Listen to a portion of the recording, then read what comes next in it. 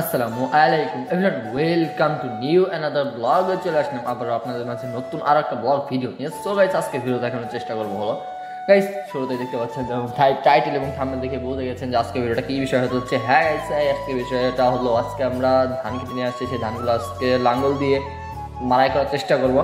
এবং গাইস শেষ পর্যন্ত সবগুলো ধান মাড়াই করতে পারলাম কিনা সেটা আপনারা পুরো ভিডিও দেখলে জানতে পারবেন। এবং পুরো ভিডিওটা মনোযোগ সহকারে একবারে শেষ পর্যন্ত দেখুন। তো এই দেখেন, শুরু করে দিচ্ছে একবারে সকাল সকাল, সূর্য ওঠার আগেই কাজ শুরু করে দিচ্ছে এখানে। এবং এখানে এখন ধান মাড়াই করতেছে, মানে লাঙ্গল ঘুরাইতেছে হলো আমার চাচাতো ভাই, মানে আমার এক বড় ভাই, সে লাঙ্গল ঘুরাইতেছে। আমি কয়েকবার বলছিলাম যে আমি ঘুরাই, কিন্তু তারা রাজি হয় নাই, কারণ যেহেতু আমি ফার্স্ট টাইম এগুলা করতেছি, এরকম আমি আগে কখনো করি নাই। এ কারণে এখানে আমি আর আব্বু ধানের যে আটিগুলো ছিল সেই আটিগুলো খুলে খুলে একবারে সরাই দিতেছিলাম, একবারে ছিটে দিতেছিলাম, যাতে করে প্রত্যেকটা ধানের একবারে মানে প্রত্যেকটা বাইল থেকে প্রত্যেকটা ধান একবারে ছুটে পড়ে যায়, মানে খসে পড়ে যায়। এবং গাইস দেখেন ধানের কালারগুলা এবং খড়ের কালারগুলা কত সুন্দর ছিল, একেবারে সবুজ কালারের ছিল, কোনো একেবারেই ছিল না। এরপরেও এটা হলো গাইস কি ধান যেন বলে গাইস, আমার নামটা মনে নাই। দেখেন গাইস, আস্তে আস্তে দেখতে দেখতে এই ধানগুলো আমি আর আব্বু ছিটাইতে মানে সরাইতে একবারে শেষ করে ফেলছি। এবং এখানে আপনারা দেখতে পাচ্ছেন যে উঁচাটা এখানে বোঝা যাচ্ছে না, এখানে অনেকটা পরিমাণে উঁচা হয়ে গেছিলো, প্রায় 6 থেকে 7 ইঞ্চি উঁচা হয়ে গেছিলো।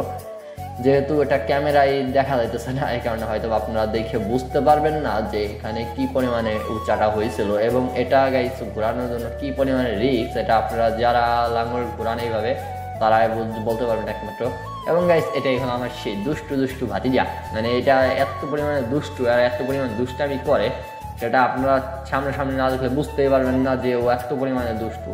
আপনার ভিডিওতে দেখলে বলতে পারেন যে না ভাই, এ তো অনেক নম্র ভদ্র। আসলে নম্র ভদ্র না, এ প্রচুর পরিমাণ দুষ্ট এবং প্রচুর পরিমাণ দুষ্টামি করে।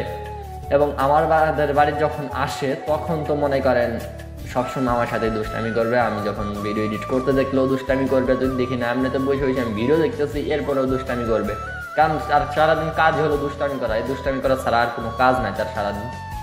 এখন গাইস চারপাশ থেকে আব্বু খেরগুলা উঠাই দিতেছে, মানে ধানগুলা উঠাই দিতেছে, যাতে যে পাশের যে ধানগুলো আছে সেইগুলা চাকার নিচে গিয়ে এবং প্রত্যেকটা বাইল থেকে ধানটা একেবারে পড়ে যায়। এই কারণে এই সাইডের যে ধানগুলো আছে সেই ধানগুলা আব্বু উঠাই দিতেছে।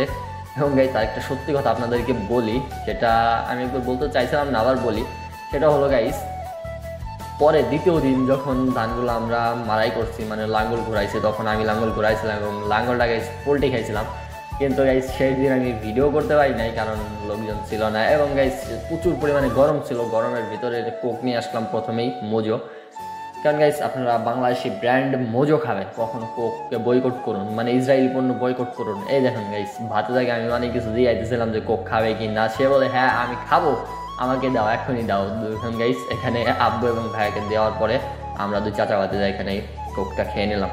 সো গাইস আজকে ভিডিওটা এই পর্যন্ত, পরবর্তী নতুন ভিডিও দেখা হবে। সে পর্যন্ত ভালো থাকবেন, সুস্থ থাকবেন। আল্লাহ হাফেজ, আসসালামু আলাইকুম।